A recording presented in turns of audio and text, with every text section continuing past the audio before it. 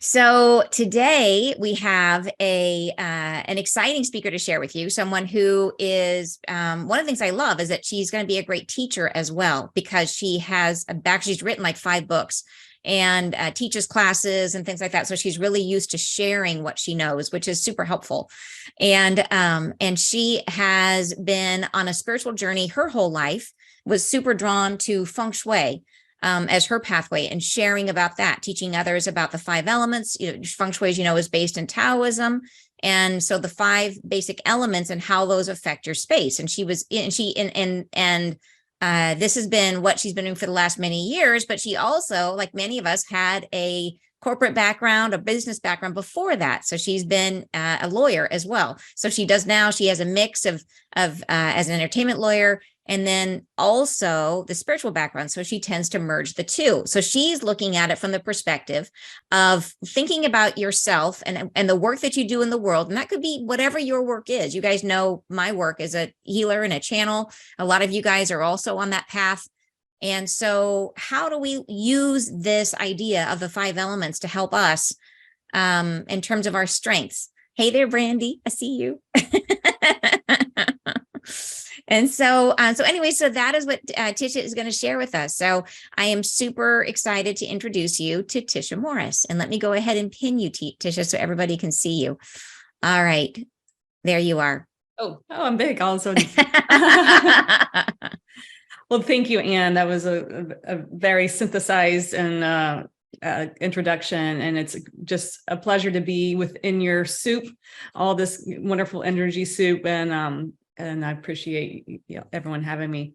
Feel free to type in the chat any questions or comments along the way. I'm happy to kind of veer in any directions that are of interest to folks, and I will also take questions at the end as well. If you just have, if there's a question that you want me to address, and we'll also have time for you to unmute yourself at the end for a question for more questions. So thank you again, Anne. I'm Tisha Morris. I'm based in Southern California, originally from Nashville, Tennessee. And as Anne mentioned, I'm an attorney. That was my first career. And it was my first career and now my third career. And in between, I took a pretty long detoured path into the healing arts. It began with, as Anne mentioned, in Feng Shui, but the way I got from law to Feng Shui was by means of a house that I purchased that needed a complete renovation. And as I was renovating that house, I began to notice correlating aspects going on within myself, within my mind and body. And that became one of my first books, Mind, Body, Home. And so I began to understand just how intricately related our energy is with our space. And that is what took me to Feng Shui. But before that, I was also getting an interior design degree, strangely enough, because I was attracted to working with spaces. And so that has been the bulk of my career and my books for many years. And so this book that just released 2 days ago, Missing Element, Hidden Strength, is a kind of a synthesis of my work with spaces and my work in business. I work with a lot of solo entrepreneurs, creative entrepreneurs, writers, creatives, as a book coach, but also as an attorney. So this kind of blends all of it in one, because it takes these 5 elements that I've previously worked with in spaces, and I can go into more detail on that if we want, but really applying them to our own energy. So for those who are not familiar with the 5 elements, they're water, wood, metal, I'll go in order. Water, wood, fire, earth, and metal. And I'm going to go in a lot more detail in all 5 of those in here in a few minutes. But they're really the basis of so if Taoism was a big umbrella, under that would be Chinese medicine. And underneath Chinese medicine, you find things like acupuncture, qigong, but also Feng Shui. And what I love about Eastern sciences, similar with like Ayurvedic medicine, which is based in Hinduism, these Eastern sciences that are thousands and thousands of years old all had an emphasis. They understood the mind-body connection, but they also understood the home connection. And so they put our spaces, and it doesn't have to be just at home, it could be any space, but our spaces on kind of equal playing importance with our mind and body. So in Chinese medicine, like I said, you have acupuncture, some other mind-body modalities, in addition to Feng Shui.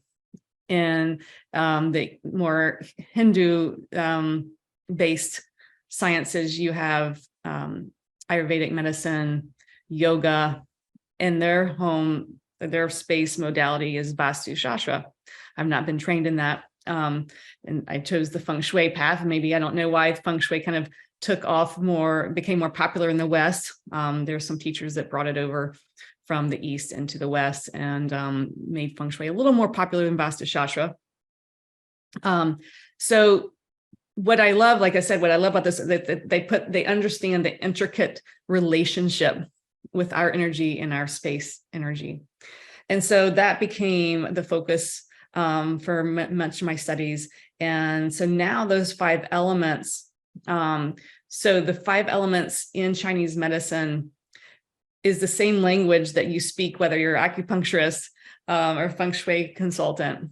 All right. And so they're kind of the pillars or the foundation, the cornerstone, or whatever big word you want to come up with of these sciences. And in Taoism, the philosophy, it's a philosophy, not a religion. It's just a philosophy that a lot of our common phrases come from, particularly in the spiritual community, of going with the flow. We're all drops in the same ocean. Basically, I'm a micro universe. You're a micro universe. The room you're in right now is a micro universe. We're all aspects of the one. We're all made of the same, I say ingredients, similar to this soup we're in here. We all are made of the same 5 ingredients. It's just each one of us here might have a different concentration of each of them. And that really is one of the main focuses of my book, is finding what your concentration is. Is your first ingredient wood? Is your in what order of ingredients your makeup is, so to speak. But these 5 ingredients, these 5 elements are the makeup of everything on our planet. Everything in your body, your organ systems, the heart is the fire, and so forth, to everything in the room that you're in right now. And that's part of Feng Shui, is the 5 elements, because they're symbolically represented. They can be literal. Fire could be a candle, but it can also be represented by colors and shapes. And so once you start turning on your 5 element glasses, you can see the whole, you can see everything put into one or a combination of the elements. And you can really look to nature as a guide. That's the whole point in Taoism, looking to nature, co-creating with nature. And that's really why I wanted this book to come out now.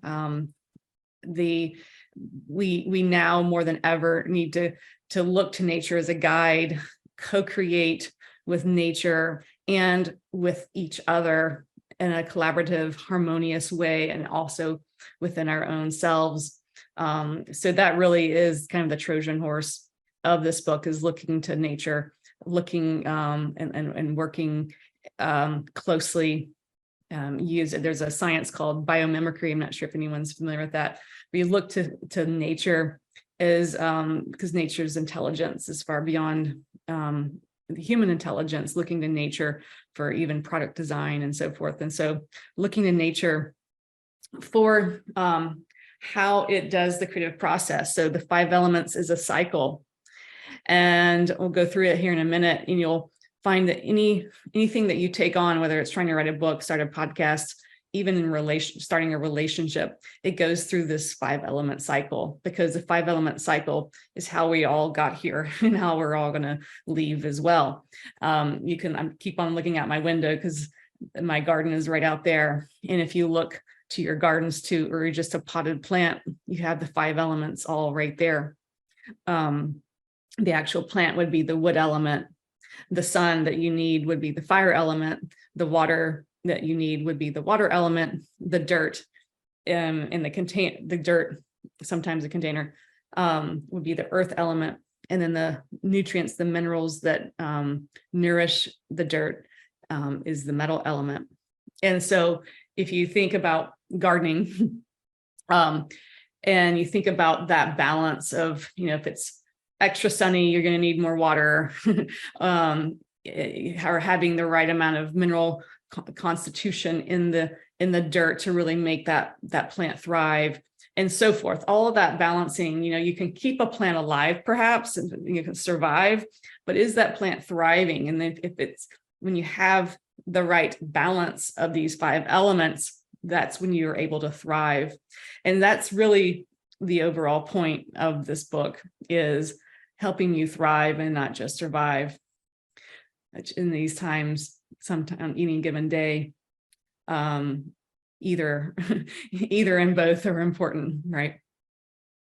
So that's a bit of a background, how I came to this work, and a summation of the book. So I'll go into a little more detail of these 5 elements and how they show up in each of our personalities. And I'll start with water, because even though the 5 elements make a cycle, and in a cycle or circle, there is no beginning or end, right? But just to make things a little simpler, I'm going to start with water, because that is the phase in which it's the most intangible phase, the most unseen. It's the phase in which we're closest to spirit, closest to the heavens, and it's where ideas drop in. So if you've ever just out of nowhere had this idea drop in, I know all of you are, because you're all extremely intuitive. It's or in meditation or in your dreams, messages coming through, that would be the water phase. And so folks who are have water as their strongest element, those are the philosophers, the quiet, the introverts, the meditators, that more on the quieter side, really think, the contemplators, dreamers. So that would be the main archetype for the water element and for water element folks. And just as a context, there is a quiz in my book. It is also on my website, and Anne has taken it. She'll tell us her breakdown here in a minute. But there is a way to find, very simply with 20 questions, find out what your basic constitution is. As I go through these descriptions, you're probably going to identify yourself of like, oh yeah, that sounds like me, or that doesn't sound like me. But remember, I have all 5 of these within us. Okay, so it's just a matter of which one we're more, which is more accessible. And then I'm going to give you ways for those elements that you're not as accessible to, how you can become so. All right. So once we move from this idea, that idea drops in, then we move into the wood phase. And this is actually where we start to take action on this idea. So with the wood phase is the beginning of what we call yang energy, the active energy. And so how you take action on that, it could be simple as writing something down on a cocktail napkin, the proverbial cocktail napkin. It can be starting an outline on a book. I'm probably going to use the process of writing a book quite a bit, just because that's the creative process I'm most familiar to. But this could apply to really anything: making a product, creating a painting, a business, and so forth. And so with this wood phase, because it's the initiation of tangible energy, it's also represented by the season of spring. When you first see those buds coming out on the tree, the seeds were planted in the winter in the unseen underground, but now we're starting to see the manifestation of that idea, right? And so for my wood people, for those who are dominant in the wood element, you're the initiators, the pioneers, you a good leader, you start something. All right. And so then once you get started, the yang energy starts to initiate Then it really starts going. The yang energy picks up. We move into the fire element. Seasonally speaking, we're moving into summer when the energy is at its highest expression. And in a project, if you're writing a book, it would be really just cranking out that whole manuscript, all 80,000 words. If you're shooting a film, it's on set for those 14 days of putting all the energy you have into it. And so for my fire people, you're full of energy, you're extrovert. You are a cheerleader, you motivate people, you're committed, you go all in, you work well with other people, you like people. So that would be, if you're dominant in fire, you're definitely a people person, extroverted. And then when the energy hits its peak, you've done everything you can do. And then the energy kind of plateaus. It kind of comes to a head, so to speak. And that's when you start to enter the earth element phase. And the earth element phase is actually represented by the equinox, when night and day are equal, 50-50. And so the energy kind of comes to a still point. I can't make my hand even on the camera. Anyway, and so with my earth element people, they're grounded, they're balanced. They kind of balance out the energies. And so they work well with introverts and extroverts. They can kind of go both ways. They're the mother archetype. They really love harmony. They're the ones who brings the donuts or the food to the meetings. They're there to hold space. And so in a project, that's the time where we either put it aside and let it rest, kind of start to maybe get some feedback, maybe start to think about the practicality, the grounded practicalities of it. And so then the energy has to start to dissipate. We start to move into the metal phase. And this is the beginning of the yin phases, where energy starts to extract. So we move into the fall when the leaves start to fall off the tree. The energy has hit its high point, and now it starts to dissipate.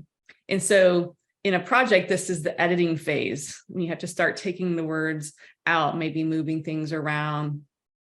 In a film production, it's the editing process. So think about if you didn't have this metal phase, you just have a lot of words in a manuscript, a lot of unneeded words. If you're filming a film, you have a lot of footage you don't really need, right? So you need that editing phase, that metal phase, to really identify what's nutrients and what's waste. So that's the intestines. That's the metal element. So for my metal element people, they are very precise. They know the difference between what to keep and what to throw away. They're on time. They make good editors, accountants. They stay on budget, stay on time. So then the project completes, we're back in the water phase, where everything is born and dies in the water phase. So that's completion. And then from there, if you're working on a project, you kind of see where you need to go back to. Do you need to go back to outline, restructure things? Do you need to actually add more fire, add more words? That's usually what I have to do because fire element's one of my lesser elements. And so I never put enough fire while I'm in the fire element phase. So I usually have to go back and add more fire. So that is a kind of an overall view of how these elements work individually and together, archetypally as well. And so you may have identified, or some of those phases maybe you're like, oh, that definitely sounds like me, or that's where I kind of run into problems when I'm working on something. And so wherever you kind of rub up against an edge when you're doing kind of a longer project, that's usually associates with what I call your missing element. And so my book focuses on that missing element and how you can turn it into your hidden strength.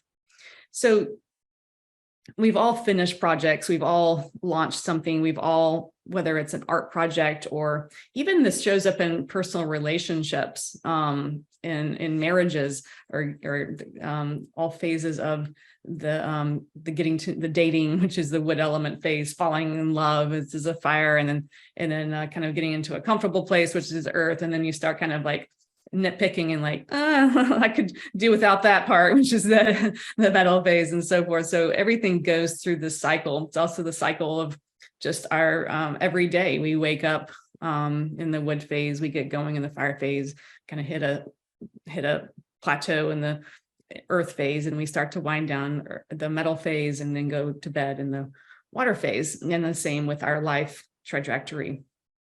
So you can see these phases and elements. Also the moon phases, a yoga class, every kind of thing you can think of goes through these, naturally goes through these phases.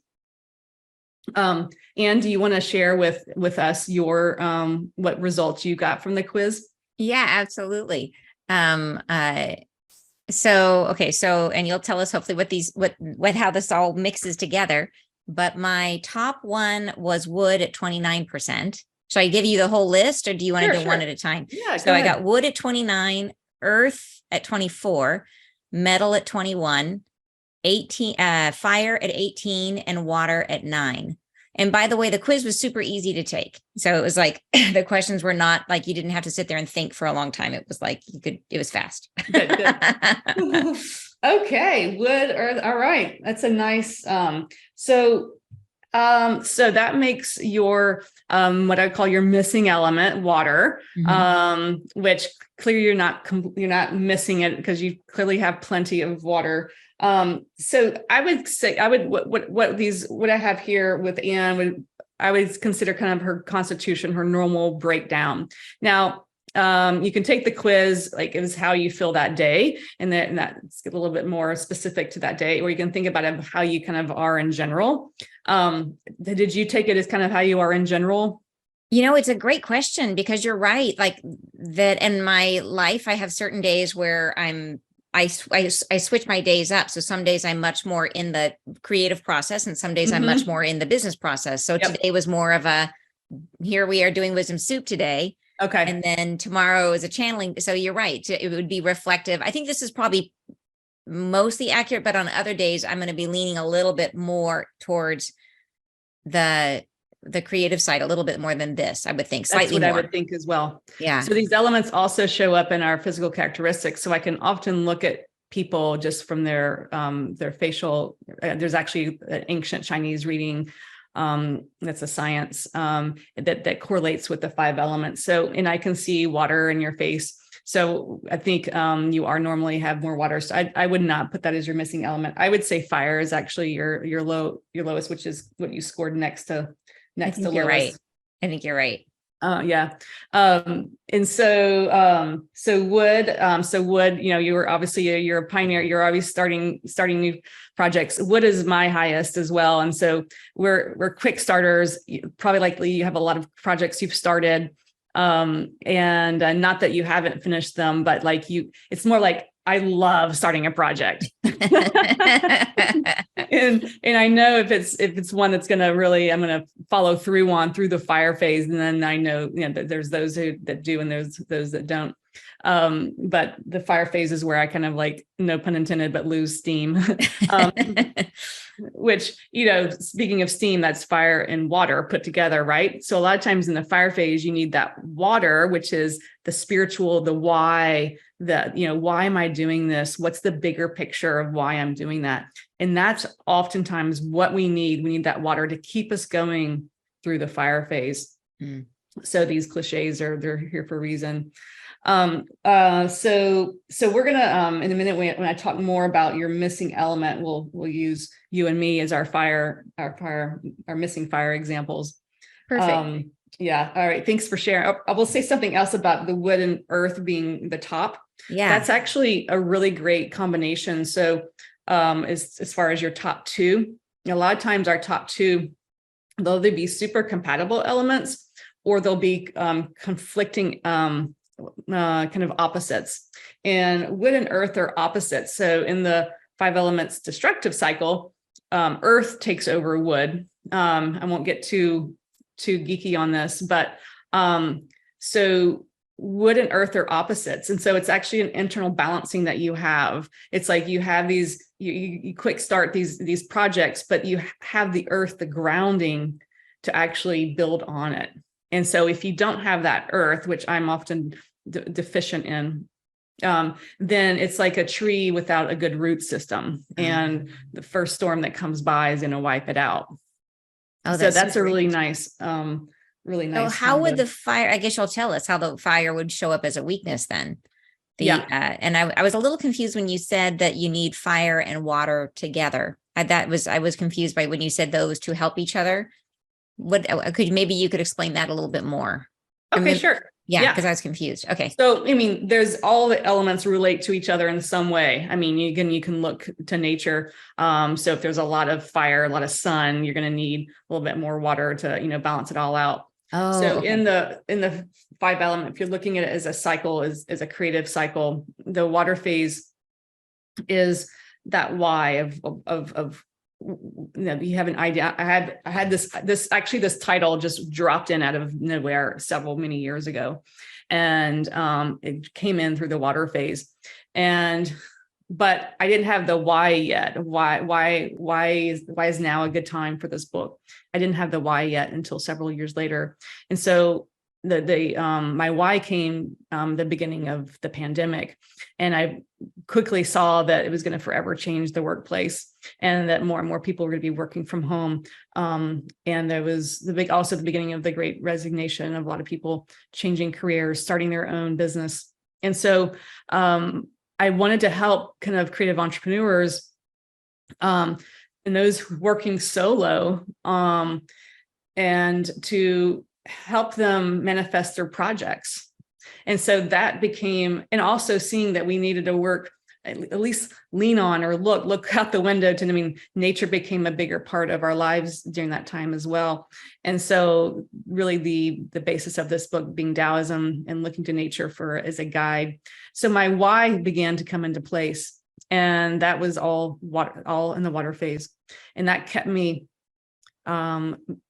committed to write this book and to actually finish it, to actually go through all the steps. So that hopefully kind of answers your question. Yeah, thank you. Yeah. So you were going to go into the fire. What does that mean? What does it mean that if fire is your weakness, then how does that play out?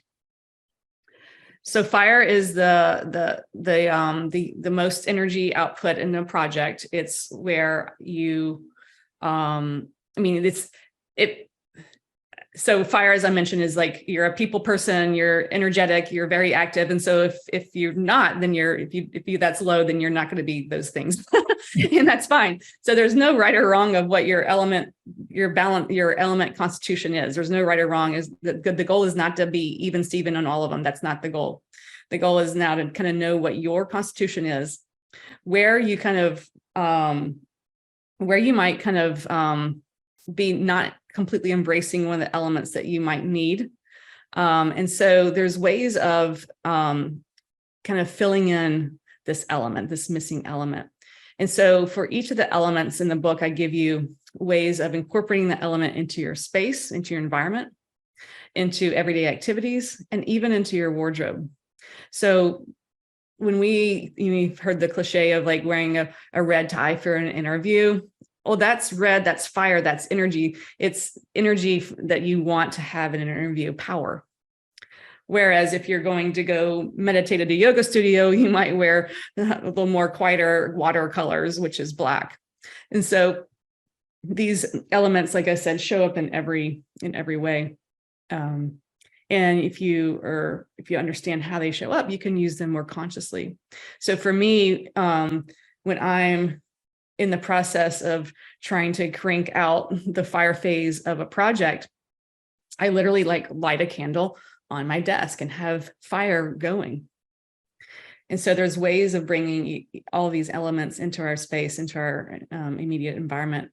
And our space, this begins to where we start to go into Feng Shui, how our space really affects our energy.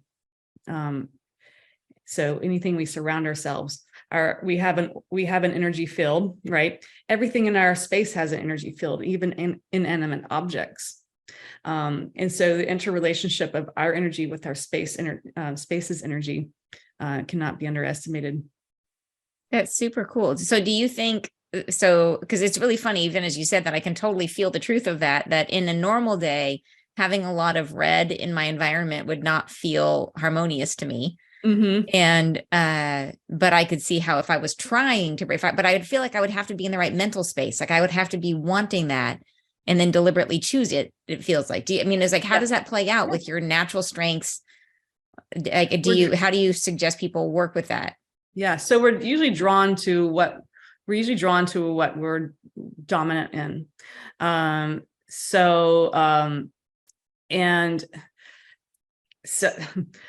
yeah, it's kind of a little bit counterintuitive of like, why would I be drawn to things I'm not drawn to, right? And the point is not to make your space something you don't like by any means. But there's little ways, like I said, like the candle, if you need more metal element, you'd bring in more gemstones and crystals, and let them do their job.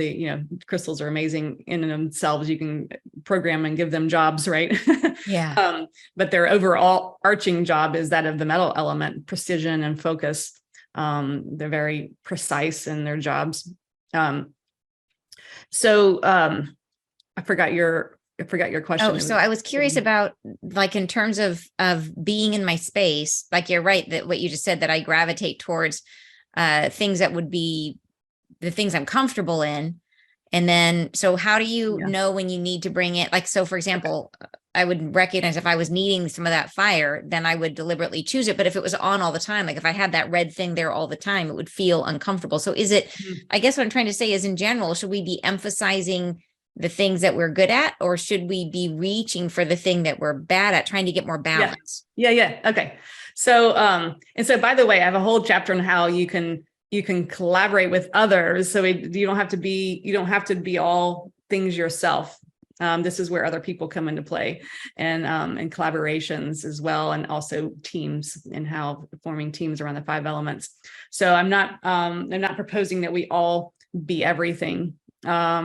And so that's an important point. But yeah, so like we usually attract and do things that are in our primary element. For example, let's say you're good at basketball and you grew up playing basketball, you get high school, basketball, college scholarship basketball, you go to the NBA and you're a basketball. And so how many and you're a 3-point shooter, okay, which is a wood element, by the way. How many 3-point shots do you think this kid has shot in his entire life? Like a gazillion, right? And he's mastered the 3-point shot.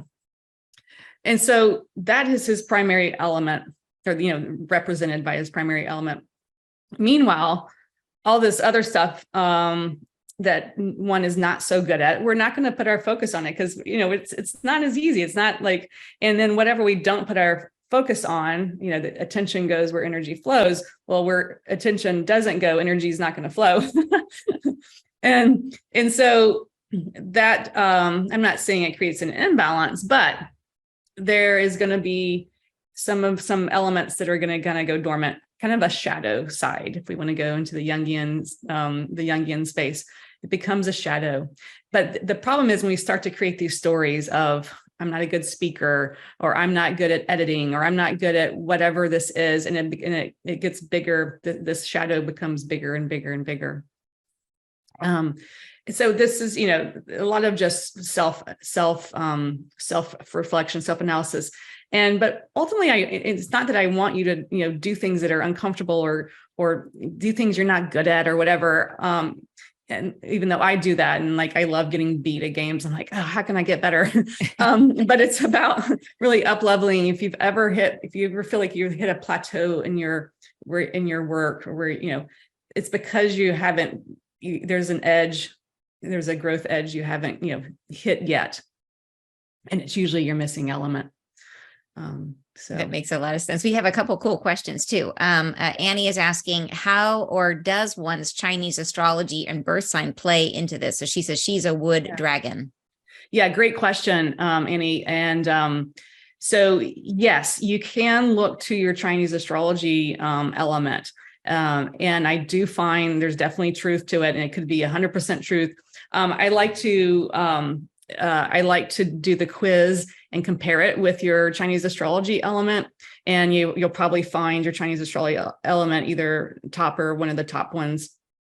So I'm a metal in my Chinese astrology. And I would say I vacillate between wood and wood and metal as my top ones. So that's definitely a direction you could go. And yeah. I do like the quiz. One reason I do not prefer, but like the quiz is because it can show you the breakdown of all 5 of them so that you're not just, I'm this and I'm that. I never wanted this book to be categorize people. In fact, I wanted to do the opposite. I want to see that you are all categories, not just one category. Now you're 5 categories. I totally would agree with that. Just having taken it, I think it's much more insightful to have the balance of them to show kind of where you're distributed. Yeah. And I think the point too about it may be to take it from the perspective of all the time versus daily, that you'd have the how am I today versus what am I? Yeah. Which is super. It's when you get out of balance with yourself. And this goes to when we're talking about space. So sometimes when I've done Feng Shui consultations in people's homes, like a fire person, you wouldn't believe there's actually red desks. Like West Elm used to make a red desk, and only fire elements buy this desk. So I would see this in clients' homes where, the very fire person, their office or, immediate space is very fiery. And here's the problem. There's too much fire, because a fire person, if you're overbalanced in fire, you become anxious. Think of a bonfire when it starts to spark and all the sparks just kind of start flying. That's when a fire element becomes unfocused. When a fire element is focused, it's like a torch, and they are the best manifestors on the planet. But when they become too scattered, their energy becomes too, and that's when anxiety, they can start to have heart problems, not sleeping well at night. So all of these types also have health conditions that they go along with them, and that starts to get more into the acupuncture side of things. So, knowing when you're overbalanced in your primary element, knowing when you're underbalanced in your lower element is just a nice self-care approach to it. That is super interesting. So if it's okay to go through them, could you tell us what the colors are that are, like, if there's 1 or 2 primary colors that are associated with each of the different elements? Be curious. Yeah, great. Yeah. So water element is associated with actually black and like really dark colors. So if you think of like seeing a lake or ocean or pond at night, and how that water is really black, and then how the moon might shimmer and cause a little reflection, those are all very water elementy things. Also, the moon is an archetype or symbol of the water phase as well, the very yin times of year with winter, and the trees are completely bare of leaves. That would be very watery. But anyway, black and dark tones. Okay. So I'm wearing a water blazer. And my book is like has, its base is in the water. Came out in Scorpio season, which is a very watery time. So then we move into wood element and things start to grow. We start to see life, and that's green, the color green. Also some, blue kind of lingers between the water and the wood phase. But green, any shade of green. Clearly my plant back here, obviously green, but it's a literal symbol of the wood as well. Any plants, that would be wood. Anything in very columnar shape, anything that's growing up would be a wood symbol. Very interesting. And then fire would be red, anything bright colors, very energetic bright colors, but red for sure.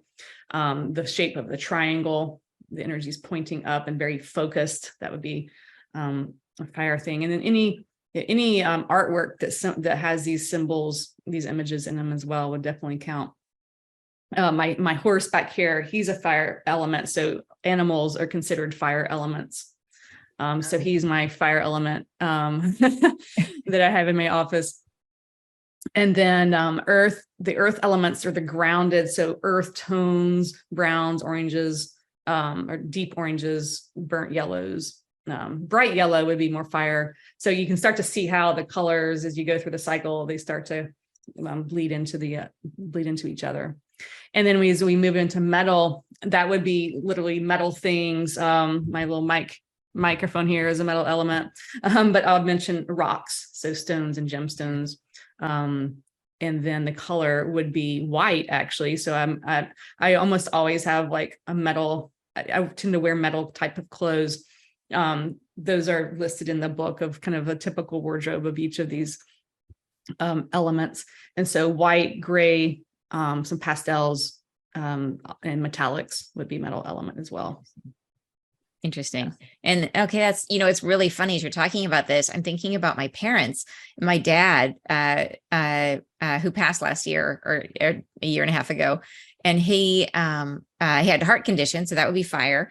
And he had everything was always like burgundy leather chairs was like, that was his thing, and everything. So everything you're saying is 100% true. Like it's all, when I look, and all of his artwork was always like waterfowl, like animals, you know what I mean? It was like, so it's all fire. It's really funny you mention it. Yeah, leather is definitely right. Leather is fire. It's anything made of animals. Yeah. Is that right? Yeah. So that 100%, and he's definitely fire from what you're saying. So that's funny to see how accurate that presents for him. Yeah. Cool. Very cool. Okay. So we got a couple other questions here. Jean is asking, does low earth mean you could need more self-nurturing and downtime? 100%. So you get to relax today. But it also, you can also, so yes, 100% that. And there's a very practical nature to earth. There's also a monetary nature to earth. A lot of spiritual people, we live our lives up in the spiritual realms and, talking to angels like you do, Anne, and stuff like that. That a lot of times we can forget that, not forget, but like it makes it harder to, put our attention on our feet and the ground. But that's also where money exists, is on the earth. And so the transaction of that, the earth, in the tarot deck, it's the pentacles, which is the money. That's the earth element. So it's an important component to focus on if money is an issue. That's interesting. And so it would mean if she was low in earth, it would mean that she needed to do more things to nurture like the body. Is that it? Is that kind of the tie-in? Yeah. Okay. And I have, for each of the elements, I also have activities, like everyday activities. So if you're wanting to get more in touch with your earth element, like pottery, because clay and dirt, obviously anything having to do with the earth itself, gardening, getting your hands in dirt, cooking, anything like those manual earthy things. That's really cool. And just to confirm all this too, I should tell you, as wood was my highest, I just am renovating my house right now, and I did my kitchen and has green cabinets. And you said green was the main color, and it's 100% like everything in my house is lining up with what you're saying. So I am laughing at myself. So, okay. So Annie is saying that wood is her top, but it is the same percent as fire and metal, and then water and earth are the same too. So I think that's probably similar that people, are you going to see in terms of how people are spread out in their percentages? Is it common to see people distributed kind of evenly, or do you often find people who are really heavy in one versus and none in other areas? Yeah, it can vary either way. So if you're pretty even among all of them, then you're kind of that jack of all trades type of person. Okay. And you don't get any extra points in life for if you're all even. Yeah. But you're kind of a jack of all trades. You can kind of disperse your energy in a lot of different ways, very malleable. But sometimes you'll find people who are their top two are fire and wood, which are both the yang elements, or the opposite of someone's top two might be metal and water, which are the two yin elements, or your top two might be, for example, fire and water, which are complete opposite, the yangest and the yinist, and in which case you have a nice internal balancing system for yourself. Oh, So that's interesting. So it those are really, the most, like fire is they go in terms of degrees, like some are the strongest yin. So if you could go through that, how does it go? yeah. Strongest yin to strongest yang. What's the So progression? we begin yin, like we call it young yin, or young yin starts with wood. So it's like kind of an immature yang. It's the beginning Okay. of yang. Then we go into full yang with the fire element. Okay. And then earth is actually a balance of yin and yang. Okay. And then we start to go into the yin, which is the metal. That's the lowest yin. And then the most yin would be water. Interesting. Super interesting. Okay. Yeah. And so Sishu was asking, she says that she took the quiz and that it shows up for her as lowest in water, but that was really surprising to her because she says that I am all about water element for creativity, my zodiac and my life. She resonates with water. She's also a Scorpio. So she was surprised to get that result. Any idea why somebody might show up on the quiz differently than they expect like that? Yeah. Maybe take it again, and maybe it was a particular, like like Anne was saying, like she's getting ready for the podcast today, so she's got a little more like fire under your belly Mm-hmm. than on days when you're in more of a creative mood. So maybe as you take it, think of it in a bigger picture way, or if the quiz doesn't work for you at all, look at your Chinese zodiac, your Chinese astrology, and see what element it shows for you. But it also, with our own phases of life, like, and also just what life is bringing you. I went through a big period of grief for the last several years, which grief is the water phase. It's the letting go. It's the being, in a cocoon. And so I was in a very watery time of my life, had very little fire. And so it can kind of ebb and flow with whatever life is bringing you as well. Yeah. So that, your Chinese astrology element may be a good one to look at as far as your, like the overarching life one. Yeah. Something that, go ahead. I'm sorry. Finish your thought, please. No, you go ahead. Oh, I was going to say, what do you think about, like, I have noticed that in terms of life, that as it kind of ebbs and flows, that there are times when I'm really motivated to start something. And then there's times when I'm more motivated. Like right now we're going into Mars retrograde. And I find that's the time when I'll go back maybe that's that fire element that I'll start, or what is it? The one where you go back and you finish things that you started before. Like how much of the what's happening in terms of the energies of astrology, and that plays into us leaning into a particular element. Do you understand what I'm trying to ask? Yeah. So that's, I think, just, the more we kind of know ourselves, the more we have a sense of, what, I really need help on this project. I need, for example, so my wife I was a fire element. She's very fiery, and I have a lot more. She has no metal whatsoever, and I have quite a bit of metal. And so, we know each other and how we work best together. And sometimes I need a cheerleader. I need someone to tell me I'm like to keep going. I know that I need that. Mm-hmm. And she knows that she needs someone to be realistic about her wide-eyed plans sometimes, So it's about knowing yourself and knowing what you need. And do I need that? Do I need some extra fire today? Do I need to light that candle? Or, do I need self-care? Do I need to really take it easy today? So there's a lot of self-reflection here, and knowing, how to, again, we're going for thrival, not just survival. Surviving is good. Don't get me wrong. I mean, I'm all about surviving these days, but, to really my ultimate goal is to help people actualize what they're here for, and to get their work out into the world in the best and in the not easiest, but, the harmonious way we can, and working in collaboration with others when we need to, working in groups, just like this group. And so, it's about,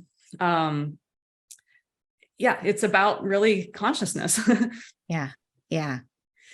So Rada had a question. She was wondering, so she had two that showed up exactly the same at 26%. Is that an indication of anything if you have two elements that are literally the exact same amount on the quiz? So wood and metal, that's a great combo. So wood and metal, that's a good so you have a nice internal balance of wood is the big plans of, for example, when I moved from Nashville to LA, that was a really big move. I knew very few people moving across country from my earth element family, very grounded, very, very practical. And I had to have that yang energy, that I have this plan, I'm going to go do it. That's the wood element, the pioneer, forging through new paths and new lands.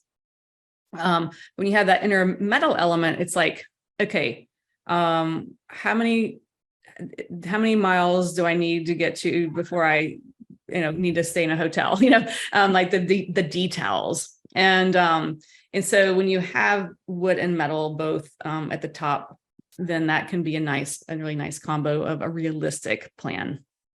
That is a very useful combination, isn't it? Yeah. Andrea is asking, just curious as to how you were able to tell Anne was good with the water element just by her face. Yeah, great question. Is that in your book, or how would I find out to look into how to do this? It's fascinating. Yeah, super interesting. Could you talk a little bit about that? I don't know the science well enough to teach it. I now just have maybe it's intuition, but there are specific facial features. And there is a great book, Jean Haner, Haner, has a book on, it's over here on my shelf. I won't take time to grab it, on Chinese face reading. And it's a really ancient technique. There's also face reading that came through the Kabbalah, and some of the techniques overlap, and their words are not in the 5 element words, but so it's a very ancient technique. Probably most acupuncturists could also, because just they see people all the day, every day, and probably have a sense really quick of what their constitution is as well. But that makes me really think about how, how we always talk about how everything in this is true in the small is true in the big. Like, so in other words, it might show up in your face, it might show up in your skull, in your spine, however people would come in to read. Like, we had one time on Wisdom Soup, we had Laurel Shemayu came in to read eyes, and she could tell, stuff about you looking at the iris, looking at specifically expression of the eyes. So I think it probably shows up in lots of different aspects of us physically, what we are in terms of these. And also just in our wardrobe, like, you can buy what I'm wearing today. And it's like, I'm kind of precise. I don't have a lot of jewelry. I mean, I'm very efficient in my accessories. That's a very metal element trait. Whereas a fire element, they have a lot of accessories. They have brighter colors. You're kind of representing more of a wood element today in what you're wearing. So Brandy, who was asking earlier, would be a total fire element, because Brandy's got she's got the glorious accessories and the bright colors. Wouldn't you say, Brandy? Raise your hand up. Yep. Yeah. Yep. So let's see. And then we have a couple other questions here. Jean just posted it. If you look in the chat, Jean has posted both a link to the quiz as well as a link to face reading, which is cool, from Jean Hanner. Thank you so much for doing that, Jean. You are awesome. Yep. So tishamorris.com is my website. And from there, you can take the quiz. You can obviously buy the book. There's links on my website. The book is also available as audiobook, and of course, Kindle as well. So whatever method you prefer taking content in, and it's available for you. That is awesome. And can you give us a quick rundown, like in terms of the table of contents of the book, like what are they going to find in the book? Oh, that's such a wood element question. Thank you for asking. You're so welcome. I love the front matter of books. I'm one of those geeks who actually reads the copyright page. Yeah. So the first chapter gives you basics into Taoism and the basic principles and the background of Taoism. Also the I Ching. We didn't talk about the I Ching, but that's where actually the 5 elements. The I Ching is the oldest book ever written, arguably so, and that is the foundational text that contains these 5 elements. So I kind of give a background into that. And then I give a overall explanation of each of the elements in chapter 2. And then I go through the creative process that I went through, and how it shows how the creative process with the elements go through. And then in part 2, we start taking them into yourself. That's where you take the quiz. That's where you start to get to know how these elements, I call it your personal board of directors. And so each of these 5 elements you get to call on anytime you need them within yourself. And then I go into how you can transform your missing element into your hidden strength by integrating it into your everyday life.